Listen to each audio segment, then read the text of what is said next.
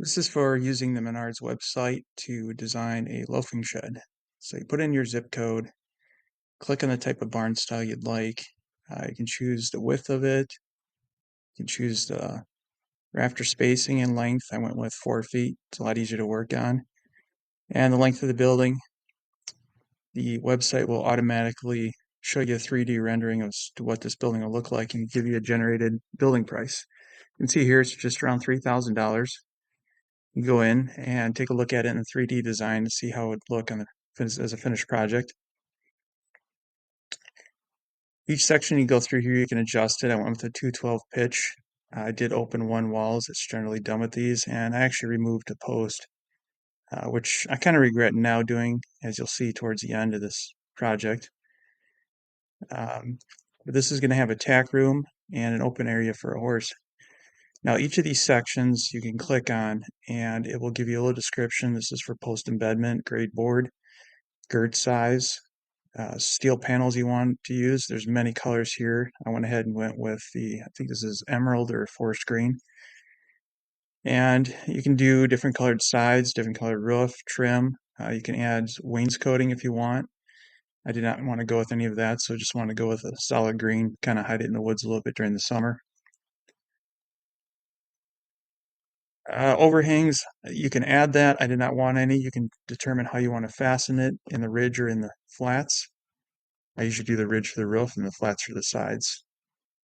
Again, there's the wainscoting area. I did not do that. Now, wall condensation control, you're going to want to do this for your roof because it will drip when the humidity is high and the building's cold. I've learned that from personal experience with the barn. It does add a good chunk to the price, but it's well worth it. Next tab here, you can add doors, windows, garage doors if the project allows. For this one here, I wanted a door to the tack room that'll be sealed off, so that's the only door I added into this. I don't need a window. It's not going to be an area where it needs natural light, so we're going to wire it down the road. Once you're done, take a look at it on the 3D, make sure it looks how you want. You can adjust this in the field, but it is kind of difficult going off of the mediocre plans that they provide you. It does allow you to look at the framing. Now, this framing is not exact. It is computer rendering. It's very close, but it does help you with the build. I've got some experience, not a ton, so I am able to understand these plans a little bit. But again, in the field, when my dad and I were building this, it was kind of difficult to figure out what they were suggesting you do. Now, this is not a kit. This is a materials list. So when you buy this, you need to go to the store and you need to find all these items. Some will be on special order. You get multiple packages. Otherwise, you got to go through and pick all your lumber. When you get out to the field, it is field cut. So in this area here, the building price is just over $4,000. They do give you a mini print before you purchase, so you can take a look and see what the project consists of. You can save this. You can recall these prints, and you can adjust them at a later time. It is fairly detailed. It gives you a lot of the measurements, as you can see here.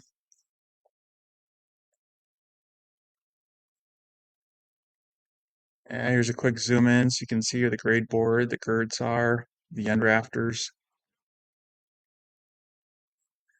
And when you purchase this item, you can go and put everything into your cart when you check out, and you can go through each item. And I removed a number of things, which I'll show you in a minute here.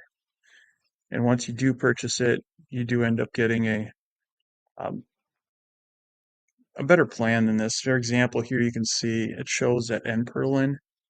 It looks like it's cut into the rafters, but it's not. And this is actually the mini print that you can get. And you'll see here all these little different plans. These suggest how things can be done differently if you have an overhang or not. So here's the one that I did. And this one here, it even says when you read it real closely, not to cut into the rafters. Here's your knee braces, rafter insulation. Here's your header plan. So when you have a 2-ply, 3-ply, or 4-ply, mine had a 3-ply, so it tells you how to do it right here, the calculations.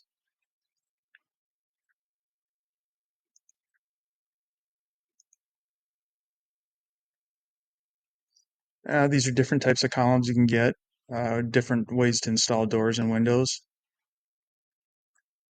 And here's the wind braces and corner braces for the building, which is important because the building does suggest, I think, up to 190-mile-an-hour wind. You need to put those braces in. Here is how tin is installed. Here, as I mentioned, here's a list of items. that you need to find in the store and pick up. It really doesn't take that long once you understand Menards stocking processes, and you can go through here and pick certain things that you don't want to purchase. I was not embedding these 4 feet in the ground, even though the frost is that deep here. So I did not want the footing pads. I didn't want the concrete. I didn't need a couple of other items in particular, like the touch-up paint. It's a barn. I'm not going to spend $20 on touch-up paint or $10. There is an item in this list, helpful hints for building pole barns. If you haven't built one, two, or even a handful of these, I'd recommend you get it. It's going to have some hints there to help you out. Others, you're going to be on YouTube looking at how Menards has these kits going together. And again, I referenced the kit, but it's not. So this is the area before we did the clearing. Actually, it's the other half of the property. Just want to give you an idea. I did clear approximately a quarter acre using the E38 Bobcat. There's a quick view of the area that we cleared. A lot of the stumps been pulled, but I was unable to get them completely done because we ran out of time with the rental unit. And these stumps, I don't care how good you are with the Bobcat, with the size of one that we used, your fastest time is about 7 minutes to get that out of the ground, and it weighs over 2,000 pounds, so you need to use a machine to move it unless you've got a heavier duty tractor. So I've probably got about 30 stumps left to do. I have to leave it till next spring, so as you're going to see in a minute here, winter showed up really quick. That in the background, that's my log pile from what I cleared here. Those logs will be turned into fencing and boards for this barn. So you can see I've already started putting the post in. Normally you would drill these posts 2 foot diameter holes 4 feet down on a string system, and when you do that, it's a lot easier to line these poles up. Using a post hole digger, it's easy to do the first row, but when you try to square a building like this, you're going to constantly have to dig around it, move the pole over. It's just not an easy system to do.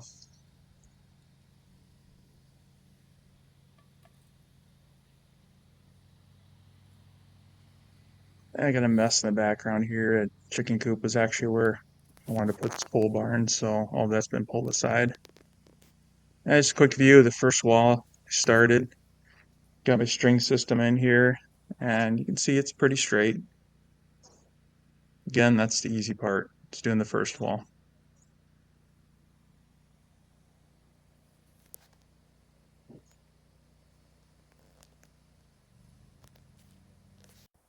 A quick view again. I said winter had hit. It did. Got a good pile of logs, probably 60 or 70 logs, 10 foot long.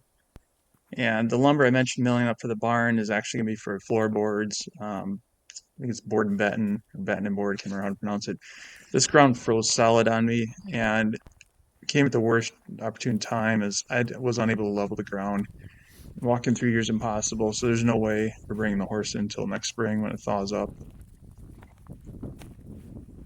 There's a sawmill in the background I'll be using. You can see we got the barn up. I took my dad and I'd say maybe 3 full days. A full day where I'm at's about 8 hours of sunlight. Sun comes up around 8 a.m. and it starts getting dark around 4:30. We did have help from one of my buddies came in. Here you can see a closer view.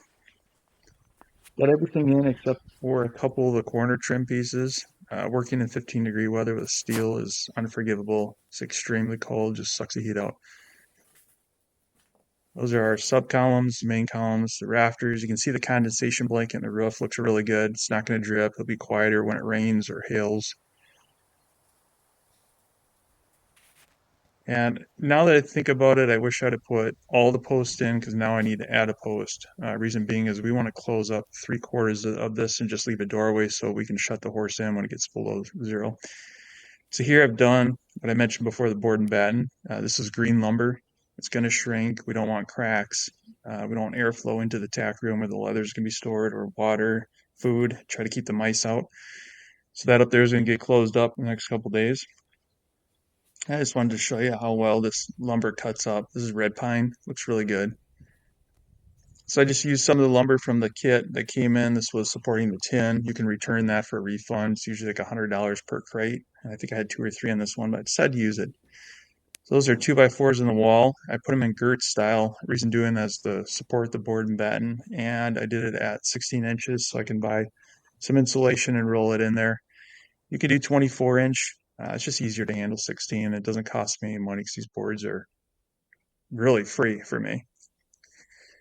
Um, so beyond that, here's just a final picture of the barn completed, and next steps, keep cutting some lumber and get back to the cabin project.